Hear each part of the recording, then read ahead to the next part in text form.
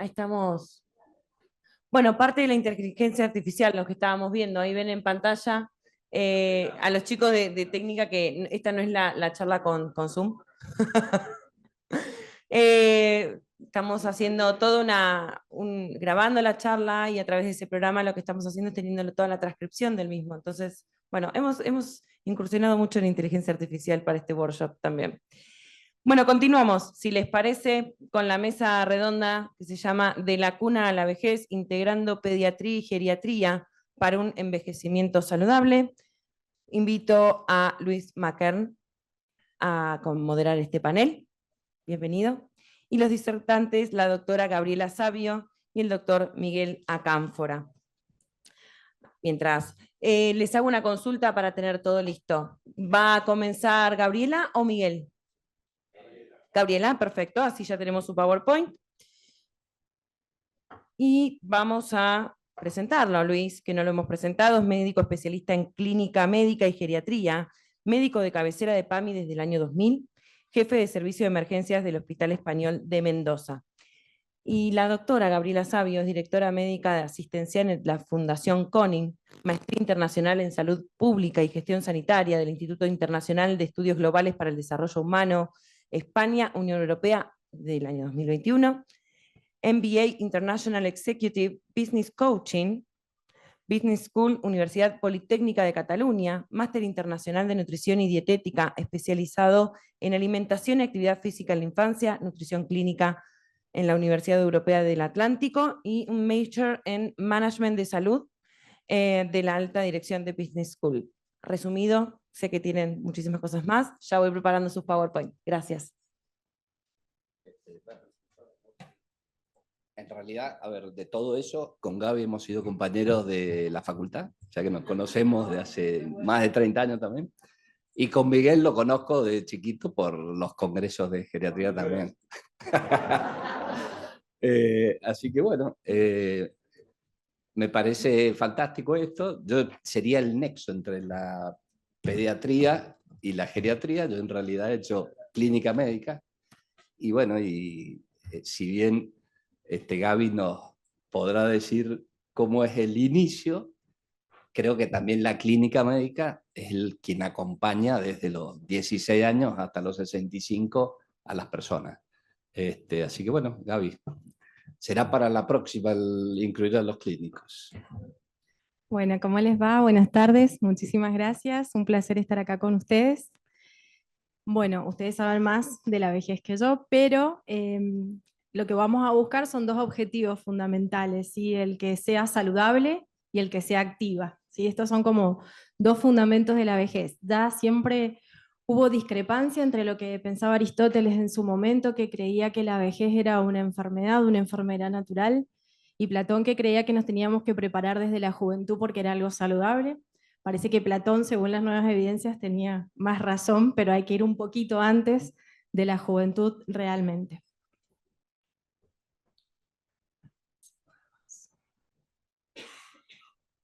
Bueno, dada la evidencia actual, aparentemente vamos a tener que tener un cambio de paradigma, ¿sí? Hoy la vejez se enfrenta a las enfermedades crónicas no transmisibles del adulto, que han colapsado los sistemas de salud, que son muy caras, que alteran la calidad de vida y que son la principal causa de morbimortalidad. Entonces, ante nuestros pacientes, evidentemente, hay que hacer algún cambio, y no sería seguir haciendo lo mismo de una mejor manera, sino modificar un paradigma. Acá las nuevas evidencias nos dicen que además de preguntarle a nuestros pacientes adultos qué les pasa, deberíamos preguntarnos qué les pasó. Y acá vamos a hablar de una etapa fundamental para los que hacemos pediatría. A ver si no logro que pase. Aquí, o a lo mejor acá. ¿Le explica? Tenés que apuntar a la máquina. ¿A cuál?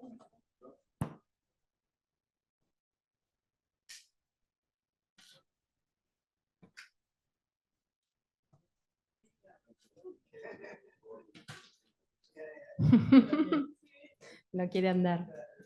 ¿Seré yo con el mouse? Emma, Dale, me vas indicando y yo te voy pasando. avancemos. Bueno, este es el primer gran desafío, ¿sí? Cuando nos enfrentamos con una madre embarazada, tenemos que tener en cuenta que tenemos en juego 3 generaciones, ¿sí? La mamá embarazada, el fruto de ese embarazo que es el niño por nacer, y los gametos sexuales de ese niño por nacer, ¿sí?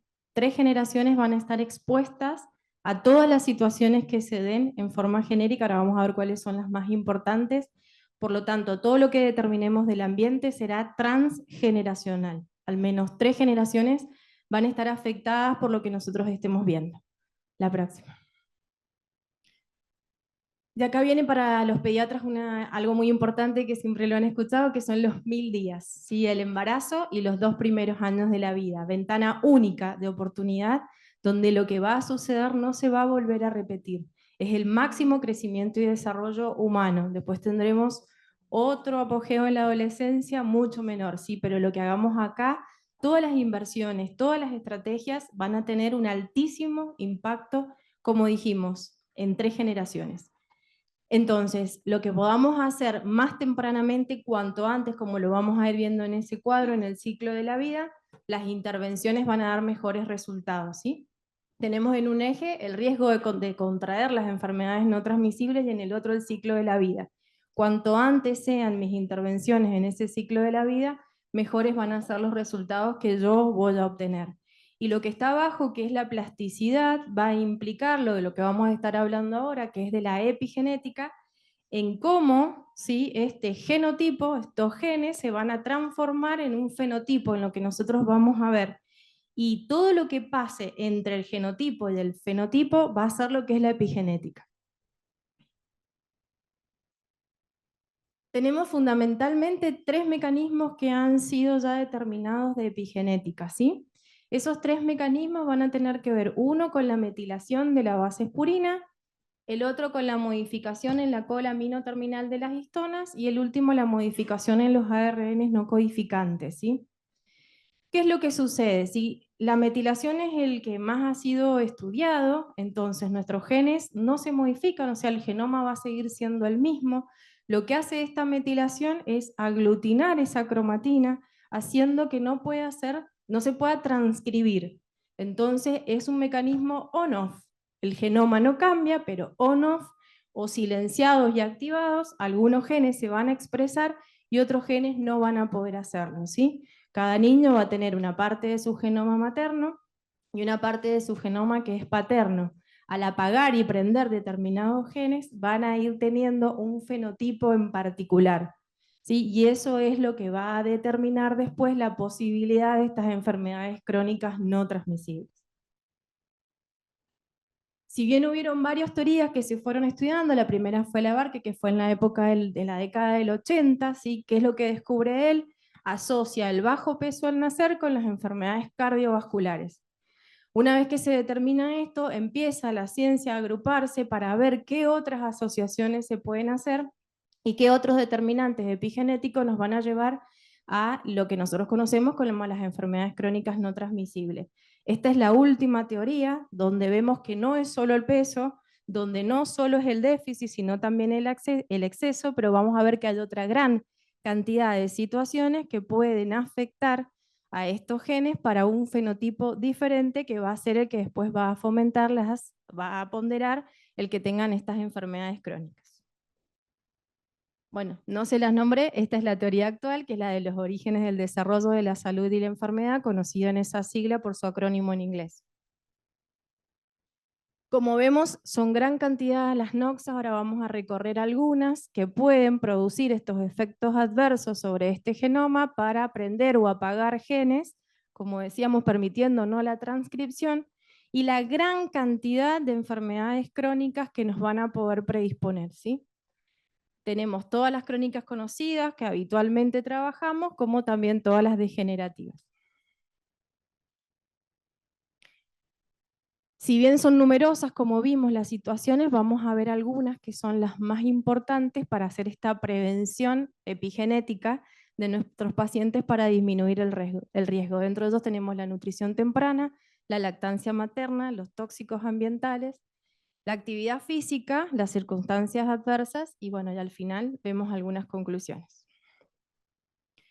Esto es lo primero que se estudió, era en referencia al peso, si bajo peso o alto peso al nacer, ¿sí? Se considera normal entre 2,7 kilos y 4 kilos, y se considera bajo peso por debajo de los 2,5 kilos. Como les dije, la primera asociación fue el bajo peso con lo que era la enfermedad cardiovascular, ¿sí? Tanto diabetes mellitus como síndrome metabólico con el bajo peso al nacer tienen un 7,5 más riesgo estos pacientes de padecer estas enfermedades cuando son adultos, independiente solamente por per se, por ser bajo peso, ¿sí? Y acá no se distingue bajo peso por retardo del crecimiento intraútero o bajo peso por ser prematuro. Y después, por supuesto, el alto peso al nacer también tiene otras connotaciones. Como dije, el mecanismo más frecuente es la metilación, ¿sí? Esa metilación de la cromatina que va a hacer que se aglutine y que nos puede hacer transcripta. Entonces ahí ven que hay algunos nutrientes que van a ir aportando esta posibilidad, ¿sí? Cuanto más metilación tenga, menos, o sea, más apagado va a estar ese gen, más silenciado. Cuanto menos, o sea, cuanto esté hipoventilado, va a poder prenderse o poder expresarse en ese fenotipo, ¿sí? Todo lo que va a suceder tiene que ver después con lo que va a pasar este niño con bajo peso al nacer, va a tener menor producción de insulina, ¿sí? Y eso después se va a mantener el resto de la vida. Y acá se da qué hago para hacer la recuperación, y también se ha visto que el catch-up, o sea, el crecimiento compensatorio postnatal, si no está adecuadamente realizado y de una manera controlada, también nos aumenta el riesgo. Hay dado una discusión hasta cuándo se puede, porque el 85% de los niños que nacen con bajo peso son recuperables. Solo un 15% quedaría con esta secuela.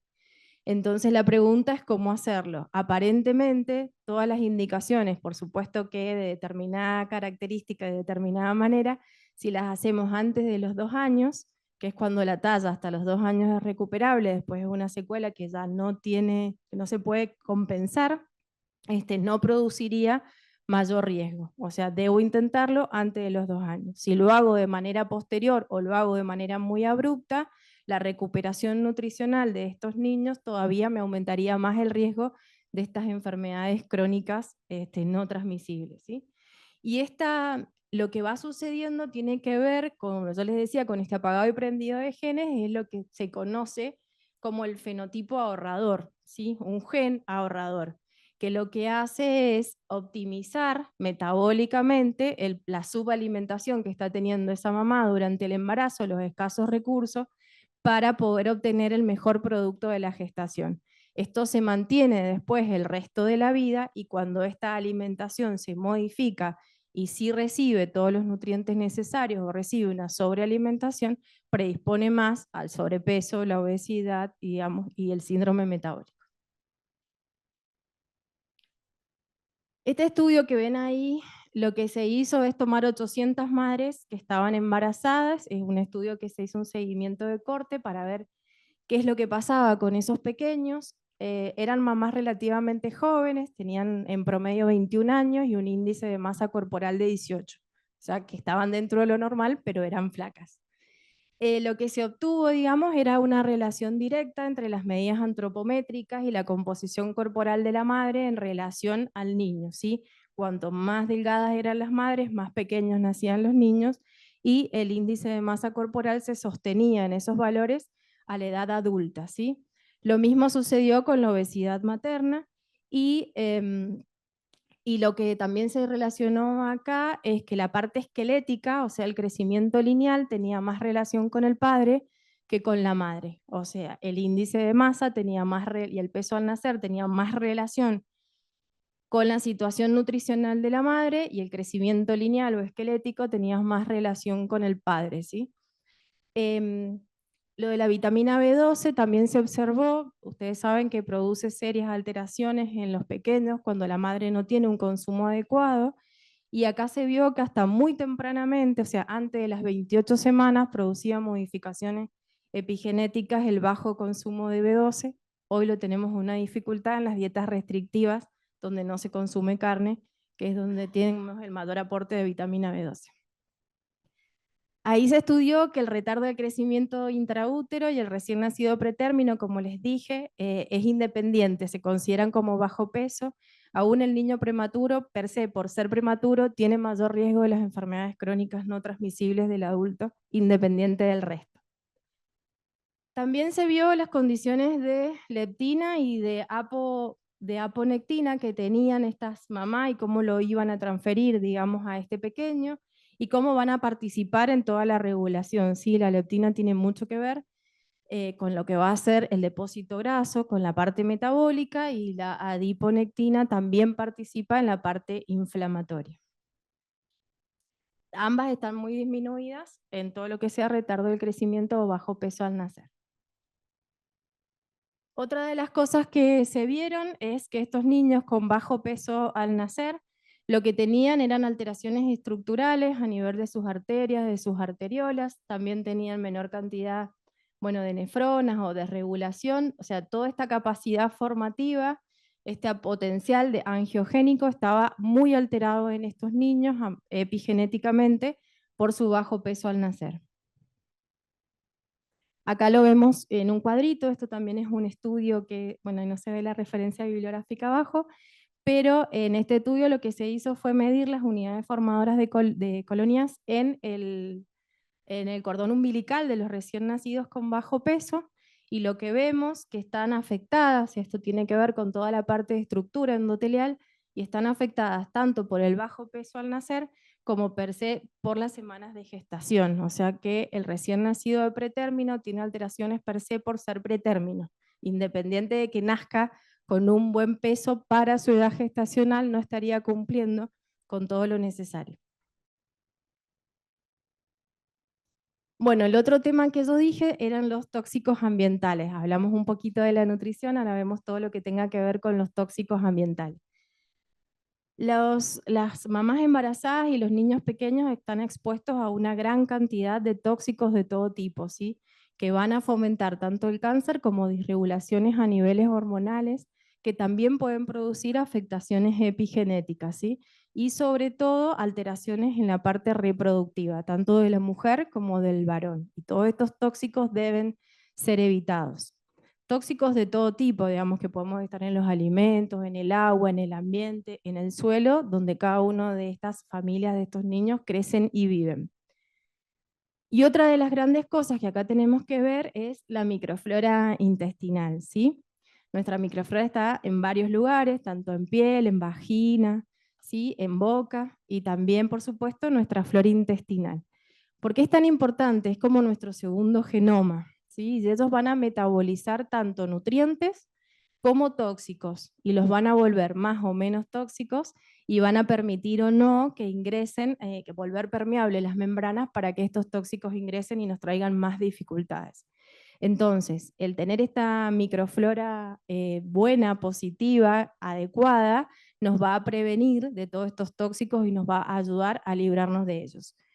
¿Cómo hacemos? Una de las principales cosas, por supuesto, es la forma de parto. No es lo mismo la cesárea que el parto normal. Necesitamos un parto normal para que esto se genere de una manera adecuada.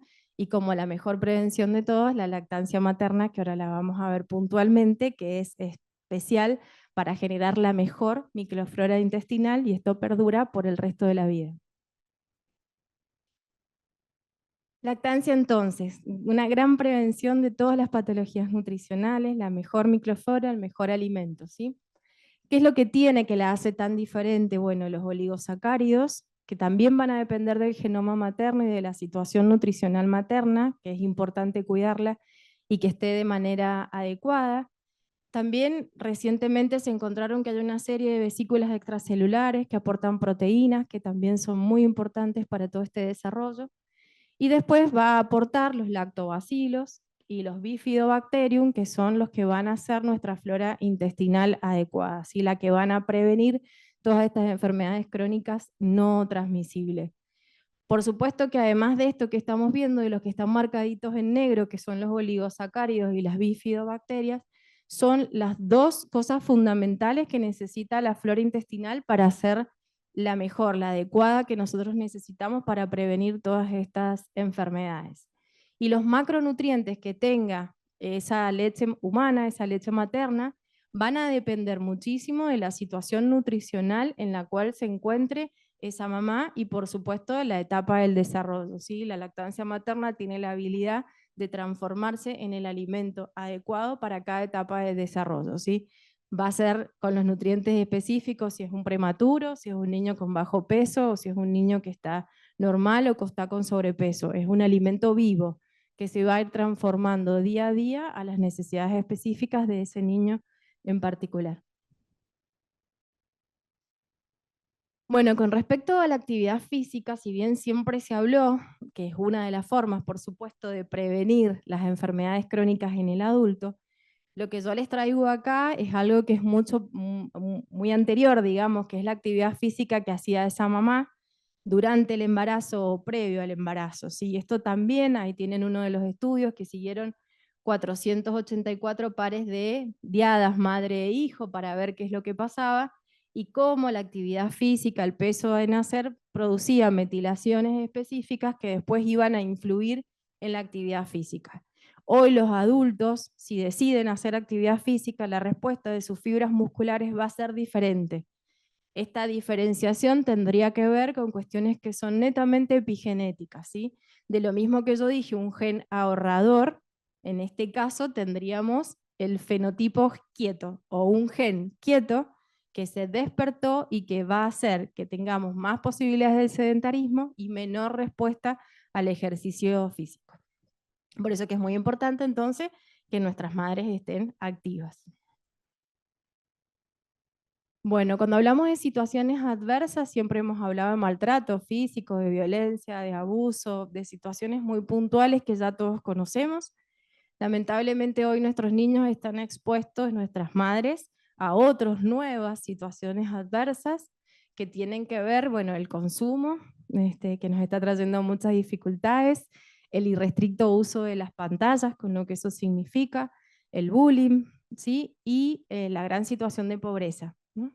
Nosotros hoy tenemos el 63% de los niños menores de 14 años en situaciones de pobreza. 7 millones de niños en Argentina están en esa situación con todo lo que significa la adversidad de vivir allí, ¿sí? Y todas estas situaciones que van generando estrés, no solo el estrés al que hablamos habitualmente, sino el estrés metabólico con todo el daño que eso va produciendo.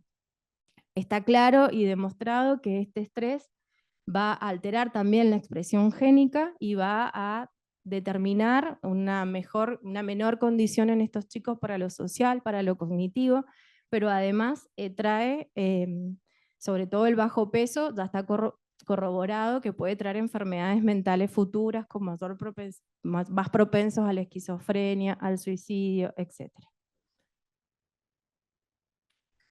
Bueno, entonces ya para ir terminando como resumen, ¿sí?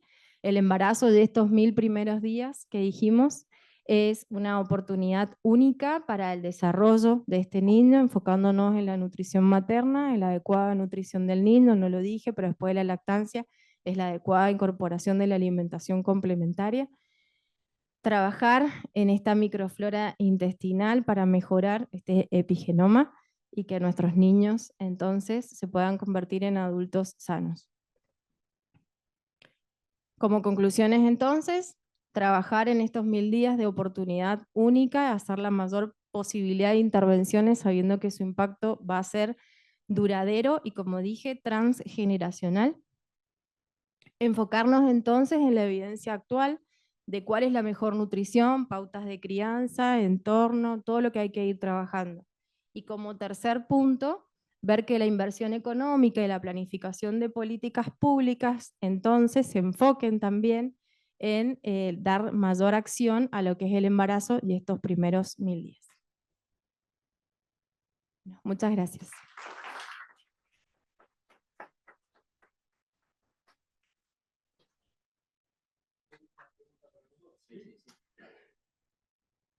Bueno, si me permiten, yo como mi otra vida fui cantor de tango, no puedo estar quieto para hablar. Entonces, si, ¿puedo, me permite? Doctora, muchas gracias por la introducción de verdad de la parte de pediatría. Yo le agradezco y le digo, si me permite el doctor Najim y también el doctor Maquer, aquellos que no conozcan la Fundación CONIN, por favor, conózcanla, porque la tarea que hacen en nuestro país es realmente digna de imitar, diría, a nivel mundial, sobre todo en los países, como nos dicen en el resto del mundo, subdesarrollados. Y realmente, doctora, le quiero agradecer públicamente su tarea que hace usted, aparte de la exposición que dio. Muchas gracias. Bueno, a mí me toca hablar, como el título que habíamos puesto, de la cuna a la vejez, integrando a la pediatría y la geriatría para un envejecimiento saludable. Perfecto. Lo que dijo la doctora es fundamental.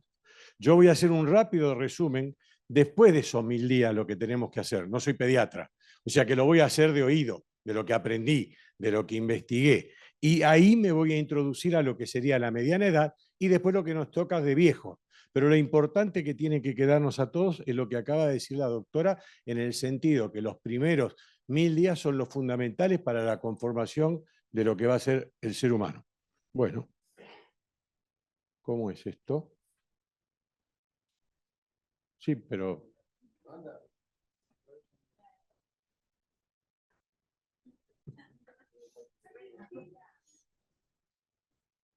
Nos quedamos en los 1000 días. No podemos llegar al 1001. Ah, era el otro, no sé cuál es. Bueno, pasalo. No, por favor, una anterior. Se fueron muy para atrás, para atrás. Ahí está. Bueno, esto es lo que nos toca a nosotros. La doctora habló de los primeros 1000 días, que sería la primera imagen. Ahora anda. Bien. Luego viene el desarrollo de la edad del niño hacia la adolescencia, que lo vemos ahí yendo al colegio. Los que estábamos en la edad media, estábamos, digo, porque yo ya pasé a la última, en la edad media de la vida, y bueno, y después viene la vejez. Y de eso vamos a tratar de hablar, de cómo podemos seguir previniendo incluso en la vejez, con los factores de riesgo que se nos presentan, que nosotros no tenemos en cuenta después de que desarrollamos, de que somos niños, que somos adolescentes y que somos adultos mayores. Ahí es el momento más conflictivo donde empiezan realmente los factores de riesgo. Por eso que habló la doctora, por esa epigenética que desarrollamos, realmente a poder tener enfermedades crónicas o no, dependiendo de muchos factores que, como en el niño, vamos a ver cuáles son las coincidencias. Bueno, por lo visto no vamos a tener suerte. La próxima. Estas son lo que es la interrelación del cuidado que tiene la pediatría y la geriatría.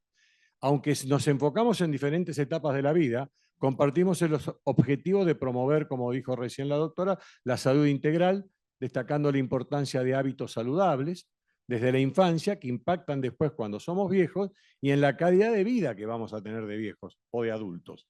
Por eso que hay conceptos fundamentales, tanto para la pediatría y la geriatría, que voy a tratar de pasar rápidamente. Impacto de la infancia en la salud futura, es lo que habló la doctora, los 1000 días, y después viene esto. Seguir, conocer cuáles fueron las condiciones de nacimiento, conocer bien y desarrollar un entorno familiar agradable, porque todos hablamos de enfermedades, todos hablamos de los genes, pero también una vez que somos ese producto, después de esos 1000 días, no es lo mismo crecer en un ambiente familiar ameno, cuidado, con amor, que vivir en un hospicio. Perdón que lo diga de esa manera. Hago la comparación con el viejo que le toca ir al geriátrico. Hay muchos chicos que son huérfanos o que son criados por un tío, por una abuela, que realmente no es que no tengan interés, pero el amor que no es lo mismo que le puede dar una madre y un padre o una familia bien constituida. Una educación temprana respecto a todo lo que nos puede pasar. Educación temprana, lo digo, no ir al colegio un año antes, sino que la educación temprana de todo lo que nos puede pasar de nuestra salud, de nuestro desarrollo, y eso tenemos que tener los conocimientos. La próxima, por favor. Los hábitos saludables, que la doctora lo dijo que eran para la mamá, pero después una vez que el chico que vamos creciendo, nosotros tenemos que hacer que la mamá, los hábitos, lo que pasa es que si está en un medio que es adverso, si la madre es adicta, y el chico no podemos pedir que sea muy bueno el desarrollo del alimento, de que esté en la vitamina balanceada, de que tenga una dieta, bueno, todo lo que conocemos. Así que la próxima, la actividad física que acaba de desarrollar, porque si no le hacemos que el chico haga actividad física, ese gen quieto, ¿no? Que usted dijo, doctora, y a lo mejor se sigue quedando quieto, y por lo tanto voy a tener un montón de problemas. Y ahí abajo dice la importancia del sueño. Y es importante que los chicos tengan un buen sueño. Hoy por hoy, con el tema de las redes sociales, yo conozco chicos de 7 u 8 años que lo dicen muy abiertamente del cuerpo y los padres lo festejan. Y el nene se va a dormir a las 2 de la mañana porque se queda conectado, como dicen. Claro, se tiene que levantar después a las 6:30, 7 de la mañana para ir al colegio. Yo realmente es algo que no puedo entender. Y por eso después lo voy a correlacionar rápidamente con la vejez, lo que pasa con el sueño. La próxima. Bueno, ahí tienen todo, influencia del amor y apoyo familiar. La próxima. No, está bien. Ahí, educación sobre la salud, tenemos que darla desde edad temprana. Los chicos en el colegio no aprenden prácticamente lo que en una época, usted como pediatra, doctora, me puede decir lo que era la puericultura, ¿no?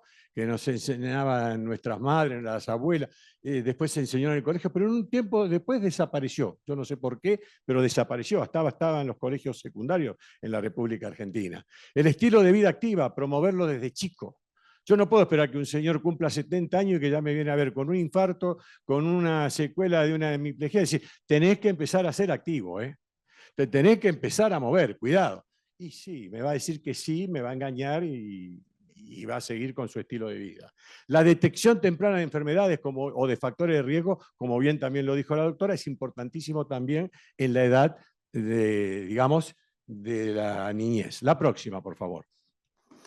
Bueno, nos empezamos a desarrollar integralmente y cuando empezamos a desarrollar, también queda grabado epigenéticamente todos los cambios emocionales que pueda tener un niño que ya está creciendo y pasando a la adolescencia y de la adolescencia a la edad de adulto. Por eso que lo pongo ahí, cambios emocionales y cognitivos, a veces la primera impronta de una enfermedad que luego antes se llamaba mental, hoy llamamos de desarrollo psiquiátrico, puede empezar a desarrollarse en esta edad. Y que es algún gen que, como bien dijo la doctora, se despertó o se durmió, como ustedes lo quieran ver, y hace que se empiece a desarrollar un tipo de enfermedad. Y las relaciones interpersonales, obviamente tener relaciones que esto a cualquier edad dignifica y sienta bien. La próxima. La importancia de la salud mental, como acabo de decir, en la infancia es fundamental. Y tratar, por favor, los trastornos mentales. Los trastornos mentales no tratados y detectados en la infancia llegan a la edad adulta y hacen que la persona adulta mayor, llamado anciano, viejo, como quieran llamarlo, desarrolle patologías que podrían haber sido, no digamos, prevenidas desde el punto de vista técnico, pero sí aminoradas en su aparición. Entonces, esto es importantísimo. Y entorno que promueva salud mental. La próxima. Bueno, ahí tienen cómo se desarrollan estas habilidades, ¿no? Habilidades sociales junto con el entorno de apoyo emocional, resolución de conflictos y de equipo de trabajo. La próxima. Vayamos a lo mío. La próxima. Estrategia para un envejecimiento saludable. Y le pido, por favor, ahora que no tomen a risa lo que le voy a mostrar. Pueden reírse, están autorizados. Pero la que sigue. Lamentablemente ahí no se dice. Ahí. Esto que les quiero mostrar lo dijo hoy el doctor Najim. Yo soy de la década del 50. Cuando yo nací había 200 millones de ancianos o de personas adultas mayores de 60 en el mundo. Cuando me recibí de médico en la década del 70, ya casi había duplicado la cantidad de personas adultas mayores en el mundo. Cuando en el año 2000 estaba comenzando a trabajar yo, ya trabajaba hace mucho tiempo de médico, me recibí en el año 77, estaba desarrollando la segunda Asamblea Mundial del Envejecimiento en Madrid, justamente en el capítulo de salud, ya había vuelto a duplicar o a triplicar si partimos desde la década del 50. 2025 es mañana. Volvió de nuevo a duplicar y para el 2050 ahí lo tiene. Entonces, referente a esto, los geriatras, ya no como los pediatras van a seguir trabajando de la misma manera, con los 1000 días, dejándonos un buen material genético, un buen producto, por decirlo, perdón, que utilice este término para lo que es un ser humano. Pero lo que nos va a pasar a nosotros, que con esta gran cantidad de personas adultas mayores que van a vivir más, van a vivir en las condiciones que vamos a ver ahora, la próxima. Y esto es lo que les decía, que no se rían. Esto es una escena que puede pasar todos los días. Un amigo le dice al otro, mis ojos ya no son los de antes, ¿viste dónde cayó la bola? La pelotita de gol, ¿no? Y el otro dice, sí, pero no me acuerdo. Hoy por hoy, esta es la realidad que nos pintan los demógrafos, los que hacen promociones de salud. Dicen que el Alzheimer va a ser la pandemia mundial a fines de este siglo, o a mediados de este siglo. Y justamente va a suceder, si es que sucede, por lo que yo les mostré antes y por lo que dijo la doctora. Es fundamental detectar enfermedades que podrían haber sido moduladas, no curadas, como dijo hoy también muy bien él, que muchas veces nosotros no curamos, pero sí podemos modular enfermedades. Y la que sigue, pido disculpas sí a las damas, porque es otra realidad. ¿Qué buscas? Mis curvas. Y el cuerpo nos cambia a todos.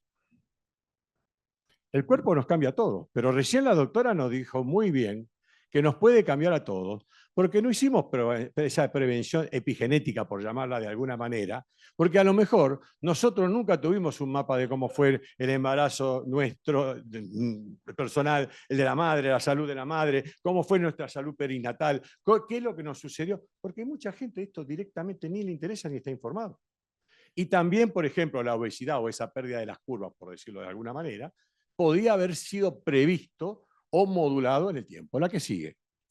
Y también, desde la geriatría, lo que yo quiero aportar a esto hoy, es que esto es una realidad que también sucede en todo el mundo. Cambió el perfil del usuario o del paciente de sanidad o de la persona. Ya es notable el incremento de las enfermedades crónicas que tiene cualquier persona que pueda rondar los 70 años, por poner un corte. Y se pasó en el mundo de lo que era la patología única a la pluripatología, y hay asociación de enfermedad y dependencia. Yo siempre digo, aquel que sepa o vaya a Buenos Aires va a ver que los hospitales municipales de la ciudad de Buenos Aires tienen el nombre de una figura generalmente médica, pero 3 primeras palabras que es hospital de agudos. ¿Por qué? Porque ese hospital estuvo diseñado hace 3 siglos atrás prácticamente. El concepto de lo único que se trataba en la sanidad eran las enfermedades agudas. Y hoy por hoy eso es lo que menos se trata, y lo que más se trata en el mundo son las enfermedades o condiciones crónicas. La próxima. Y esto es lo que nos está pasando. Está incrementando el volumen de personas con dependencia, la morbilidad, o sea, las enfermedades, aumenta con el envejecimiento, nos guste o no, sea porque detectamos o no detectamos ese gen. Y el verdadero cambio se da en que el incremento de la demanda de atención, con nuevos derechos y uso de servicios, está pasando en todo el mundo.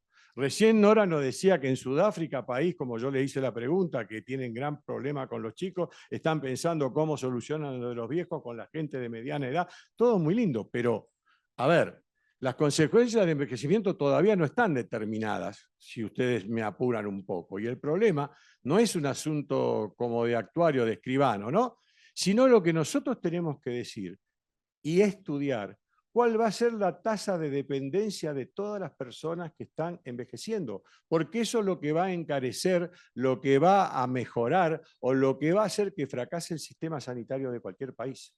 Porque cuanto más dependientes hay, más gasto de salud hay, más gasto de previsión hay y más gastos en general existen. La próxima. Y esto lo dice un sociólogo español que habla que el envejecimiento demográfico llegó a un momento de empate. Él dice, son tan pocas las muertes porque muere menos gente. La gente muere menos que antes. Vive más, pero también nace prácticamente nadie. Hay como un empate 0-0, por decirlo, ¿no? Entonces las estadísticas están haciendo que surja un nuevo concepto en la geriatría y en la prevención, que es un desafío gerontológico o un problema semántico. Yo digo primero lo que es, porque él habla de la democratización de la supervivencia. Y hoy mismo planteamos acá que hay gente que nunca aportó, que a la larga o a la corta vamos a tener que estudiar algún sistema para poder pagarles una pensión, porque teóricamente es un derecho adquirido en un futuro muy próximo, que nosotros en la Argentina no es muy próximo, sino que ya lo estamos viviendo hace varios años. Entonces, empecemos a pensar todo esto. Cuando hablemos, no hablemos solamente de salud en lo que es el problema de gerontoprevisión. No hablemos solamente del tema que si tengo más enfermedades, soy más hipertenso, más diabético, menos diabético. Esto es importante, pero esto que yo les estoy planteando también es muy importante. La próxima, por favor. Y esto es otro problema que estamos teniendo lo que hacemos geriatría. Hoy todos los viejos son frágiles. Y yo conozco, a ver, si hago un rápido recuento en mi mente de 10 pacientes que me vienen a ver a mí al consultorio, la mayoría y el promedio de edad de los que me vienen a ver al consultorio solo, sin siquiera acompañante, debe andar en los 87, 88 años. Promedio. Y yo, la verdad, no veo tanta tasa de gente frágil.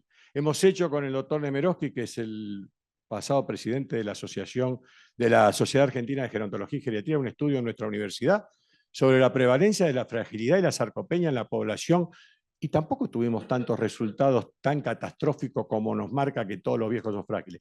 Que los viejos se tornan más vulnerables, hasta ahí podemos ponernos de acuerdo, pero ahí viene nuestro trabajo de prevención en decir qué es lo que pasa. La próxima, y ya vamos redondeando todos los conceptos, esto es lo que pasa en el mundo. Con esto trabajamos nosotros en la Organización Mundial de la Salud, porque si ustedes ven, estos son 3 diapositivas en una, pero quiero que me entiendan lo que es esta ecuación.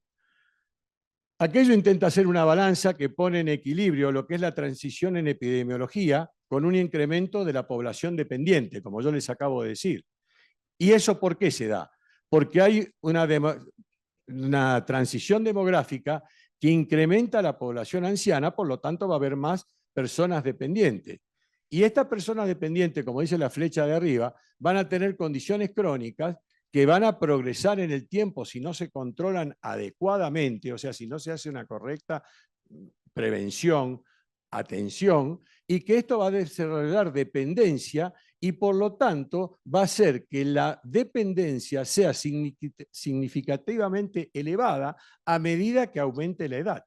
Y ahí tienen los principales tipos de dependencia que nosotros manejamos, la física, la psíquica o mental, la sensitiva, la mixta, y bueno, ¿y qué es la dependencia, no?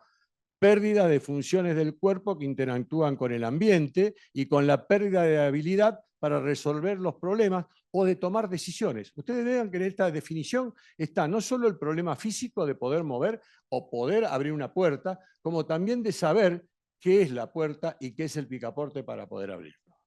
Entonces, pongámonos, como quien dice, la pila, porque la ayuda que nos da la pediatría en esos primeros 1000 días nos deja un material que después va a seguir desarrollando y que si no sigue teniendo cuidado, van a llegar a viejos mucho más dependientes, mucho más enfermos.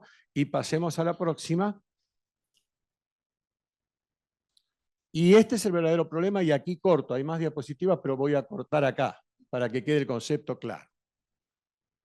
Hoy por hoy, todos los geriatras, gerontólogos, como nos querramos llamar, los que trabajamos con personas adultas mayores tenemos que hacer eso que está en rojo.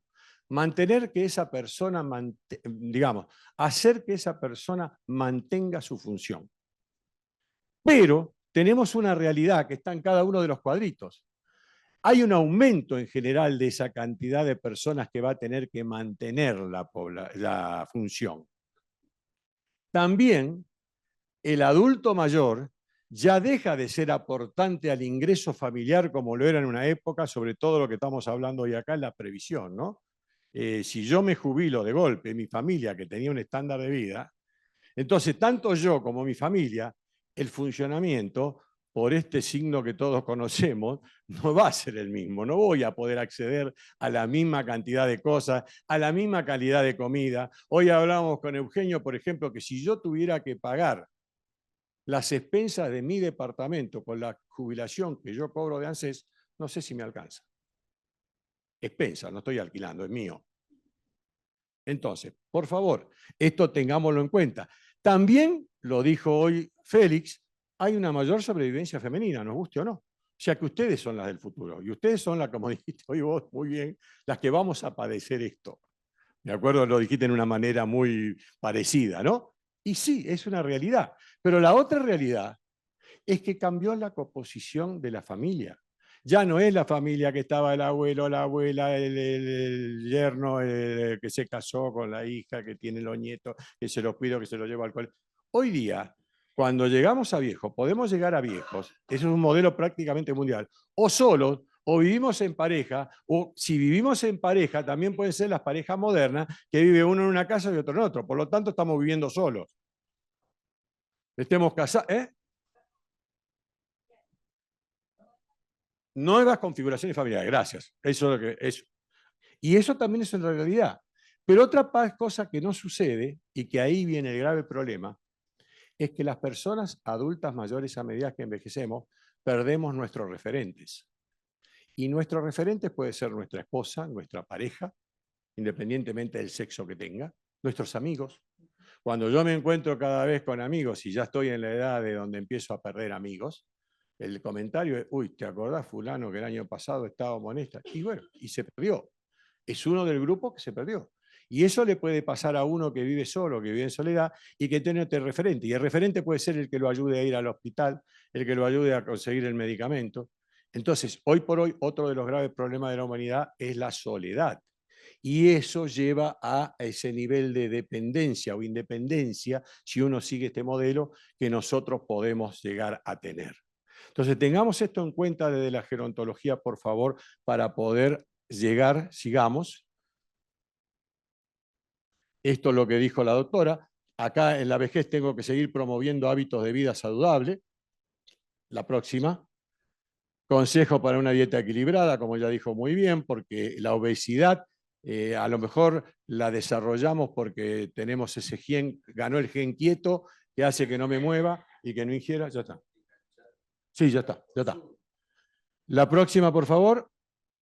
La próxima para que vean todo lo que uno tiene que hacer. Importancia de la actividad intelectual y cultural en la persona anciana, que muchas veces se deja de lado. El anciano puede seguir aprendiendo, puede seguir sociabilizando. La próxima, porque es lo que le quiero mostrar. Esto es lo que viene en la Asamblea para el Envejecimiento Saludable.